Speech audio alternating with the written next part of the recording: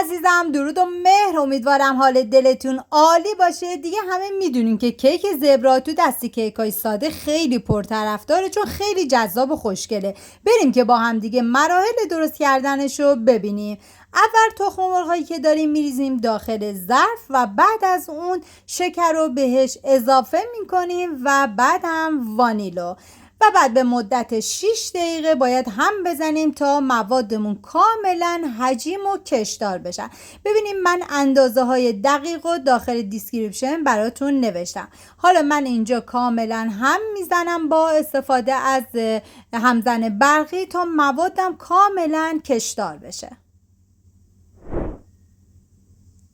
بهتون پیشنهاد میکنم که حتما این کیک خوشمزه رو درست کنین و در کنار عزیزانتون در یک عصر تابستان با چای میل کنین و از خوردنش نهایت لذت رو ببرید.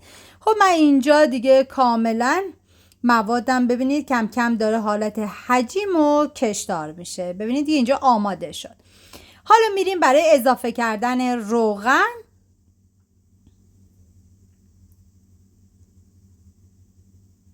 و شیر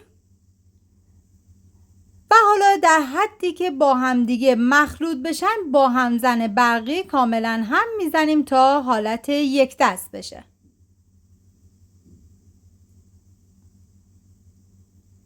حالا میریم برای اضافه کردن آردمون که من همیشه برای همه کیک ها گفتم که آردو در 3 مرحله و هر مرحله هم که آردو اضافه میکنید حتما آردتون رو الک کنید. حالا من آردو در مرحله اول الک کردم و بعد در یک جهت آردتون رو باید شروع کنیم به هم زدن که من کاملا هم میزنم. ببینید دورگیری حتما فراموشتون نشه. و حالا مرحله دوم دوباره شروع میکنم به الک کردن آرد.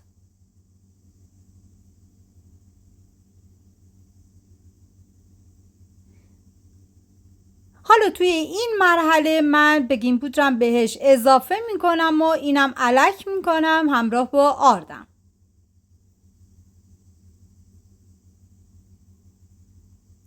و بعد دوباره شروع میکنم به هم زدن و در یک جهت.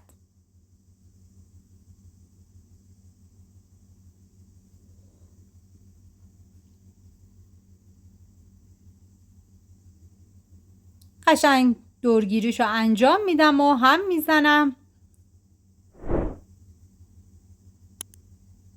و بعد میریم برای آخرین مرحله از الک کردن آردمون که من اینجا دوباره کاملا هم میزنم و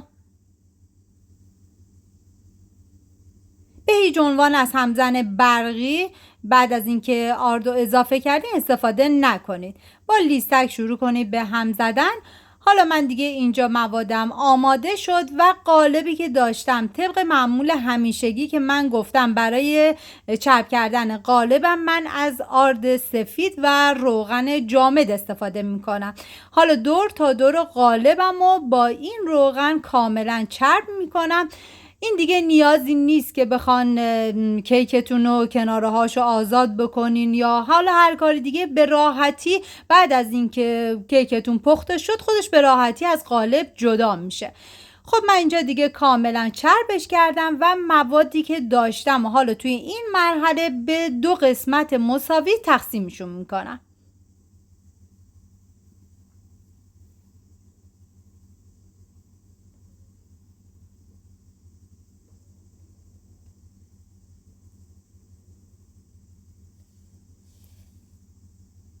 خب بعد از اینکه به 2 قسمت تقسیم کردیم به یکیش باید 3 قاشق غذاخوری آرد الک شده و به یکی 3 قاشق غذاخوری کاکائو الک شده. حتما الکش کنید، چون وگرنه اگه الک نکنین داخل موادتون احتمال داره حالت گلوله‌ای بشه.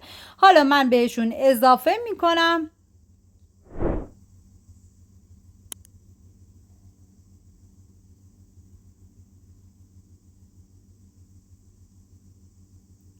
و شروع میکنم به هم زدن تا کاملا یک دست بشه. اول باید به آرومی این کار انجام بدید و بعد از اینکه مخلوط شد حالا کاملا تون هم بزنید تا ببینید موادتون به این حالت و به این اندازه شه. ببینید به هیچ عنوان هیچ گلوله‌ای داخل این مواد کاکائویی ما نیستش. حالا میریم برای هم زدن این مواد آردیمون که اینم کاملا هم میزنیم و ببینید قشنگ حالت یک دست و بدون گلوله شد. حالا این موادمون آماده شد و ما این مواد رو میذاریم کنار و قالبی که داشتیم رو میاریم و حالا شروع میکنیم به اضافه کردن موادمون. ببینید برای این کیک دیگه کاملا ریختن موادتون سلیقه‌ایه. من یک لایه از مواد سفید رو میریزم و یک لایه هم از مواد کاکائویی و ترتیب خاصی نداره دیگه، گفتم کاملا سلیقه‌ایه. حالا از مواد کاکائویی من میریزم. ببینید با 2 ملاقه این کار انجام بدید. با لایه اولم 1 ملاقه بریزید، دوباره لایه کاکائویی رو هم 1 ملاقه که اون میزان و اندازش و شکلش قشنگ در بیاد. امیدوارم از این ویدیوی من خوشتون اومده باشه و این کیک زبرای خوشمزه رو درست کنید، در کنار عزیزانتون از خوردنش نهایت لذتم ببرید. اگر ویدیومم دوست داشتید لطفا لایک کنید و برای دوستاتونم بفرستید. لایک و کامنتاتونم که کلی به من انرژی میده و کمک میکنه ویدیوهای من به افراد بیشتری نمایش داده بشه.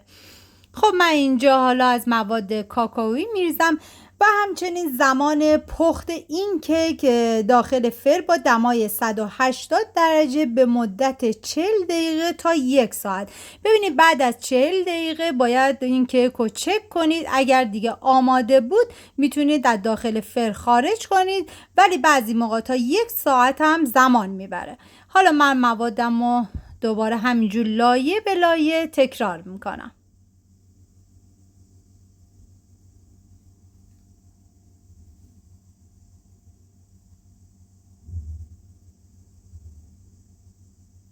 و اینجا دیگه مواد من کاملا داخل قالب ریختم و آماده شد و میذارم داخل فر و بعد از تقریبا 1 ساعت من اینو چکش کردم. به وسیله یه سیخ چوبی زدم داخلش، دیدم مواد بهش نمیچسبه، یعنی دیگه کاملا آماده شد. مرسی که مثل همیشه تا آخر این ویدیو همراه من بودی. تا درودی دیگر، بدرود.